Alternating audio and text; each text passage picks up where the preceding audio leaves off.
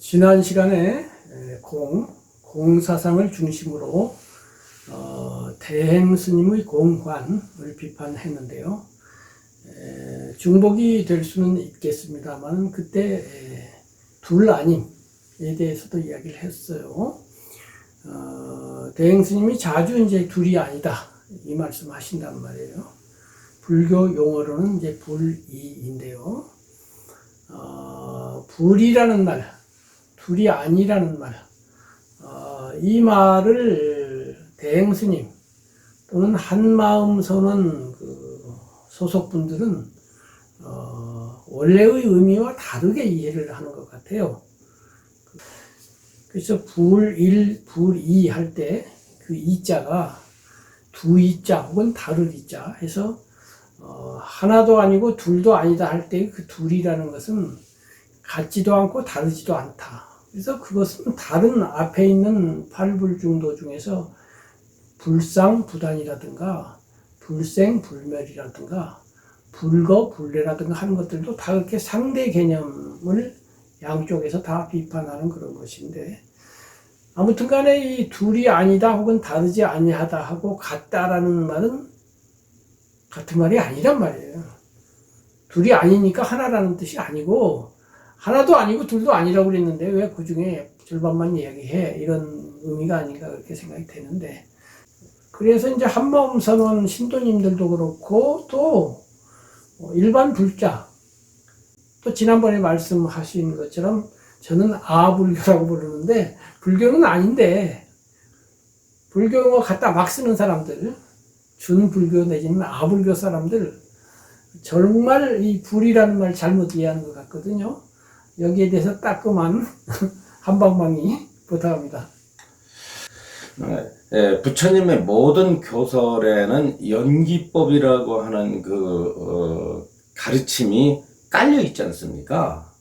그 연기법에 의해서 불교의 중요한 용어들, 공이라든가 혹은 진여라든가 여여라든가 뭐 이러한 용어들이 나타나는데, 그 중에 하나가 불입니다. 아니할 불자에다가 두 이자를 써가지고 둘이 아니다. 이런 이제 가르침이 특히 대승의 경전 속에 공만큼이나 등장을 해요. 그 뜻은 어떤 뜻이냐 하면은 둘이 아니다라는 뜻은 하나라는 뜻이 아니에요. 김 선생님과 내가 둘이 아니다라는 말은 김 선생님과 내가 하나다라는 뜻이 아니거든요. 그때 두 이자는 숫자 개념이 아니라 상대적인 의미를 가지고 있습니다. 상대. 이게 마주한다는 의미예요. 그러니까 세상 모든 것은 전부 대립관계에 놓여 있지 않습니까? 특히 우리들이 쓰고 있는 모든 용어는 대립적 성질을 지니고 있거든요. 옳음과 그름, 높고 낮음, 아름다움과 추함, 성스러움과 비속함. 이러다 보니까 불교 안에서도 그런 상대 가치들이 있을 수밖에 없어요. 선과 악, 보리와 번뇌, 지옥과 극락, 부처와 중생, 뭐 이런 수많은 대립된 용어들이 이렇게 경전에 나타날 수밖에 없죠. 그런데 이 대립이라는 것은 어떤 성을 갖고 있습니까?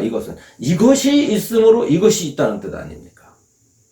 선이 있으므로 악이 있고, 옳음이 있으므로 그름이 있듯이 중생이 있으므로 부처가 있고, 부처가 있으므로 중생이 있다. 번뇌가 있으므로 보리가 있고, 보리가 있으므로 번뇌가 있다는 연기적 관계거든요. 이것 또한 바로 그런 의미에서 불이라고 하는 용어는 연기의 다른 용어예요. 그래서 연기, 공, 불이, 진여, 이러한 불교의 용어들이 글자는 다르지만 뜻은 같습니다. 근데 대행은 이러한 불이를 어떠한 의미로 사용하고 있느냐면 하나의 개념으로 사용하고 있어요. 불이의 가르침의 입장에서 볼 때는 두 개가 다 독자적으로 성립이 안 돼요. 옳음이 없는 그름이 없죠. 선이 없는 악이 없죠. 중생이 없는 부처가 없죠. 이래서 이것이 마주하고 있기 때문에 궁극적 깨달음에 들어가면 어떻게 돼요? 연기로부터 벗어난 것이 이것이 해탈이라고 본다고 한다면은 궁극에서는 이 두 가지가 다 소멸돼야 돼요. 옳음과 그름이 소멸돼야 되고 부처라든가 중생이라든가 이런 것도 소멸이 돼야 되고 선과 악도 소멸이 돼야 되고 지옥과 극락도 사라져야 되는 겁니다. 이것이 해탈 경계예요. 원각경에서 그것을 잘 말해주고 있죠. 선남자여 지옥과 천궁이 다르지 않으며 번뇌와 보리가 다르지 않으며 음노치와 계정화가 다르지 않으며 진영과 차별이 다르지 않느니라. 그러면서 말하기를 생각함 자체가 허망하거늘 이렇습니다. 생각함 자체가 허망하거늘 그랬어요. 그러니까 이런 것들이 다 허망하다 이게 이렇게 생각으로 만든 대립적 관념들이 우리들의 모든 생각과 언어라고 하는 것은 전부 대립돼 있다는 뜻이에요. 예. 여기 이걸 갖다가 책이다라고 할 때는 이미 다른 것들은 책이 아니라는 뜻입니다. 이게 명추해요라는 책이다 그랬을 때는 다른 것들은 명추해요라는 책이 아니라는 뜻이거든요. 그러면 이 명추해요라는 책 자체를 갖다가 내가 이렇게 들고 명추해요라고 말하는 순간에 이 명추해요는 대립적 관계의 속성을 벗어나지 못해요. 그러면 인간들이 쓰고 있는 모든 언어 그리고 언어의 근거가 되는 이 생각들은 모두가 다 대립적 관계를 가지고 있다. 그건 무슨 뜻이냐면 우리들의 모든 생각이라고 하는 거, 가치라는 것은 이것이 인연으로 일어난 허망한 것이다. 그러므로 원각경에서 생각함 자체가 허망하거늘 모든 것은 환과 같다 하느니라 이렇게 결론을 내리셨거든요. 연기된 모든 것은 환과 같은 것이다라고 결론을 내렸는데 대행은 어떤 관점으로 쓰냐면 하나의 관점으로 써요. 전부가 다 이게 어디에 관점을 두냐 역시 주인공의 관점에서 이 자리에 의해서 이놈은 선과 악이 없는 놈이고 이놈 주인공은 선과 악이 없는 놈이고 이 선과 악이 없는 이 자리에 의해서 주인공에 의해서 뭐가 나왔다? 선과 악이 나오고 둘이 된 거다. 둘이 된 거다. 대행이 주로 이런 이제 밑도 끝도 없는 설법을 하는 속에 이 불이라고 하는 이 용어가 얼마나 왜곡되어 있는지를 이제 잘 나타내 줍니다. 본래 이 근본자리는 이게 바로 유다 무다 할 것이 없는 그것을 다 껴잡은 유무를 껴잡은 그 무야. 그렇기 때문에 무 그러면은 이때 내가 말하는 이 무는 없다는 없는 무가 아니라 유무를 합친 무야. 그러니까 유의 세계, 무의 세계를 전부 합쳐가지고 그러면서 주먹으로 이걸 딱 때면서 바로 이렇게 딱 잡혀 있거든. 이 잡혀 있는 유무를 합친 이놈이 다시 이것이 유로도 놔두고 무로도 놔둬. 그러니까 여기서 유무가 아닌 놈이 다시 유로도 놔두고 무로도 나타나기 때문에 이 자리는 유라고 무라고 할 수가 없다. 그래서 모든 걸 갖다가 둘이 아니라고 했느니라. 이렇게 이제 설법을 하면서 또 어떤 이상스러운 논리를 전개하느냐면 대행의 논리가 이렇습니다. 바로 이 유무가 아닌 그 자리에서 뭐가 나왔냐면 하나가 나왔거든. 하나가 나왔어. 바로 이게 하나가 나왔는데 이거는 세울 바가 없는 하나라고 세울 바가 없는 이 하나야. 이런 말에 한마음 없는 신도들은 주여 하는 거야. 주여 우리 큰 스님께서 저런 설법을 할 수 있을까? 도취되어 있는 거야. 바로 이게 바로 하나가 씌울 바가 없는 이 하나에서 뭐가 나오냐면 너와 나라고는 둘이 나타난 거야. 둘이 나타나니까 뭐가 나오겠어? 이 둘이 나와가지고 두 개가 나와가지고 너다 나다 싸우고 선이다 악이다 나와서 싸우다 보니까 난리들을 피우니까 그때 부처님이 나타난 거지. 부처님이 나타나니까 뭐가 나오겠어? 삼보가 나왔다 이거야. 삼보가 나오니까는 거기서 사성제가 설해줬어. 근데 대행스님은 사성제가 뭔지도 몰라요. 그냥 들은 거예요. 그냥 사성제가 설해줬으니까 여기서 오력이 나왔지. 그래서 내가 대행스님께 물어봤어요.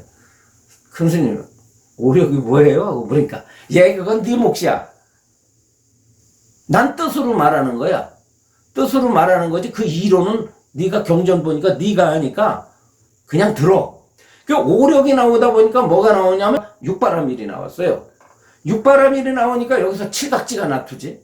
칠각지가 나투니까 팔정도로 돌아가고, 팔정도가 돌아가니까 이게 뭐냐면 팔정도가 쉴 새 없이 돌아가서, 그러니까 모든 게 이루어지다 보니까 뭐니까 10이 나왔어. 10이 나오니까 이게 10이라고 하는 놈이 이게 이렇게 그으면은 이게 과거 현재 미래고, 이렇게 그으면은 이게 바로 뭐 위아래거든. 위로 가면 부처 세상이고 밑으로 가면 중생 세상인데, 이렇게 가면 과거 현재 미래가 되고, 이렇게 내리면은 이것이 부처와 중생이 되니까 이게 10이다 이거야. 근데 기독교는 10에서 끝났거든. 근데 불교는 이게 꺾어졌어. 이게 만자로 꺾어졌어. 왜 꺾어졌냐면 팔랑갭이 있잖아. 팔랑갭을 보면 그렇게 만자처럼 돌아가거든. 그러니까 쉴 새 없이 돌아가는데, 쉴 새 없이 돌아가기 때문에 바로 부처님의 이 가슴에 만자가 새겨져 있는 거지. 그런데 이 만자가 새겨져 있지만 부처님은 이 만이라는 걸 세우질 않아. 세울 바가 없어. 그래서 이거를 가리켜서 뭐라고 그러냐면, 한마디로 말하면 한 마음이니라, 이렇게 이제 했던 거지. 이런 설법을 해요. 제가 이제 얼마나 대행스님 설법을 들었으면 애우겠습니까? 근데요, 대행의 한마음 요전은요, 지금 내가 방금 제가 읊조린 대행이 과거에 나한테 단둘이 앉아서 대담을 할 때 한 설법을 내가 이렇게 기억을 하고, 세월이 지난 지 40년이 흘른 지금 이제 애우다시피 한 것을 제가 뱉어내는데요. 일반 신도들은요, 제 이런 내용을 들으면요, 깨닫지 않고서는 도저히 할 수 없는 소리래요. 근데 경전 공부를 제대로 한 사람, 또 사유 능력이 있는 사람은요, 저 뭐 저렇게 밑도 끝도 없는 얘기를 하고 있냐. 그러니까 대행은 어떠냐면 이런 설법. 하나 하니까 둘이고, 둘이니까 셋이고, 셋이니까 넷이고, 넷이니까 다섯이야. 이런 설법을 전개하는 거죠. 부처님께서 말씀하신 연기에 입각한 불의와는 전혀 다른, 여기 보면 이렇게 나옵니다. 모든 건 하나로 연결되어 있다는 거예요. 요전에 나오고요. 대행스님이 설법하신 영상이 유튜브에 떠돌아다니지 않습니까? 떠돌아다니는데 거기에 보면 제목이 뭐냐면, 모든 것은 하나로 연결되어 있다는 말을 합니다. 자, 부처님 가르침의 중중 무진 연기설의 입장에서 볼 때는 서로가 얽혀 있어요. 전부가 다 연결되어 있는 것이 아니라 이게 뭐냐면 얽혀 있는 거죠. 얽혀 있는데, 이 얽혀져 있는 중생계라고 하는 것은, 이것은 허망한 것입니다. 벗어나야 될 존재들이에요. 다시 말하면 연기라고 하는 것은 벗어나야 될 대상입니다. 연기설의 목적은 연기로부터 중생들이 연기의 고리, 연기의 그물로부터 벗어나야 되는데, 대행은 연기된 이 세계가 하나로 보고 바로 그 하나를 깨달음으로 말미암아 자제권을 가져야 된다고 이렇게 생각을 하는 거예요. 쉽게 말하면 연기된 세계의 주인이 되어야 된다고 보는 겁니다. 자, 연기된 세계로부터 벗어나게 하기 위해서 둘이 아니라는 교설을 설하셨는데, 그래서 유마경에서는 쉴 새 없이 뭐라고 유마거사가 말하냐면, 둘이 아니라는 사실을 깨달아야 된다라고 했을 땐 마주하고 있는 이쪽 가치와 이쪽 가치를 버리라는 뜻이거든요. 경전에 보면은 이제 초기 경전에 갈대 묶음의 비유경이 있죠. 그죠? 갈대 묶음의 비유는, 갈대 묶음을 서로 이렇게 세워놓지 않습니까? 옛날에 우리가 농사를 중심으로 이렇게 이제 살아갈 때 시골에서 보면은 가을에 추수를 해서 벼를 베고 나서는 벼를 말리기 위해서 볕단을 이렇게 마주해서 세워놓지 않습니까? 그러면 이쪽 볕단은 이쪽 볕단에 의해서 서 있고 이쪽 볕단은 이쪽 볕단에 의해서 서 있지 않습니까? 그러면 김 선생님과 저의 관계도 이와 같은 관계거든요. 자타 관계. 여기 의지해 있는 거죠. 그렇기 때문에 나중에 금국의 해탈도에 들어가게 되면 이것이 두 개가 다 사라져 버리잖아요. 그런데 대행은 어떠냐면 사라지는 교설이 없어요.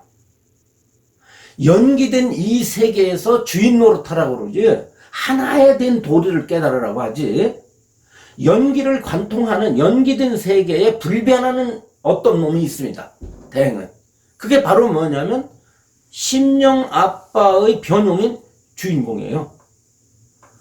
이것이 큰 차이인데 바로 한마음 선언의 그와 같은 모든 중요한 불교의 교리들은 대행의 주인공에 의해서 잠식당하고 파괴되고 변질되고 오염되고 오용됨으로 말미암아 정법을 훼손하는 무지막지한 대망어죄와 무간지옥에 떨어질 그런 큰 허물을 안고 있다. 제가 지금 주장하는 이와 같은 얘기는 이재열이 주장하는 것이 아닙니다. 경전을 들여다가 부처님 말씀에 의해서 비춰보라는 거예요. 저의 이와 같은 주장에 허물이 있다고 한다면 하시라도 저한테 찾아오든지 저한테 전화로 해서 따지든지 공개 토론을 하자고 제가 몇 번에 걸쳐 말씀을 드렸는데요. 내친 김에 한 말씀 더 드리겠습니다. 난 처음 봤어요. 한마음선언 같은 단체는 내가 처음 봤어. 이재열 법사의 대행사상 비판이 아무런 영향력이 없다고 칩시다. 그래서 유튜브를 이렇게 쳐보면은 클릭수가 1000명, 2000명 뭐 이래요. 그러니까 별 파장이 별로 없다 할지라도 최소한 한마음 선언의 설립자이면서 한마음 선언의 스님과 신도들이 그렇게 하나님처럼 추종하고 있는 대행을 비판하는 대행의 사생활부터 대행의 사상까지 비판하는 영상이 60개, 70개, 100개가 떠돌아다니고 있어요. 자기 부모를 비판하는 동영상이 몇십 개가 떠돌고 있는데 아무 소리를 못해요. 안 하는 건지 못하는 건지. 안 해도 무책임한 것이고 못해도 정말 이해할 수 없는 불충한 불효한 단체일 수밖에 없죠. 어떻게 자기의 스승을 과거에 제자로 있던 사람이 와서 비판을 하면서 그것도 한마음 선언이 오늘날 이렇게 성장하는 데 있어서 중요한 역할을 했던 김정빈이라고 하는 대작가와 이재열 법사라는 사람이 대행을 40년 지난 지금에 와서 비판을 하되 한 번이 아니라 몇십 개, 100개가 가까워지는 이런 동영상이 하루 이틀이 아니라 10년이 갈지 100년이 갈지 모르게 떠돌아다니고 있는데 그 누구도 나한테 전화 한 통 해서 이재열 법사 왜 그런 짓 하시오? 라고 항의를 하든지 야 이 나쁜 놈아 너 그따위 짓 해서 지옥 가고 싶으냐? 너 그냥 안 두겠다라고 나한테 폭언을 하든지 해야 옳거든요. 해야 옳은데 그 누구도 댓글이 됐건 전화 한 통 없습니다. 이건 무대응이 아니에요. 한마음선언 스님들 가짜 신심이에요. 아니면 신심은 가지고 있지만 두려움에 꽉 차 있든지 그렇죠. 아니면은 대응할 논리가 없든지. 또 한마음선언은 실질적으로 비군이 도량이지만 대행스님 밑에서 공부했던 비구들이 있어요. 남자 스님들이 도량을 내고 있습니다. 한마음선언의 비구인 스님들은 여성이기 때문에 그래도 마음이 나약해서 이재열 법사한테 전화 못한다고 칩시다. 못 찾아온다고 칩시다. 비구들은 남자들이에요. 불알 달린 남자들입니다. 그리고 대행을 하나님처럼 추종해요. 그런데 아무 소리 없어요. 이게 있을 수 있는 일입니까? 댓글에 보면은 지환이라고 하는 거사님이 저에 대해서 조롱 섞인 언어로서 저를 갖다 힐책을 해요. 저는 그분 칭찬하고 싶습니다.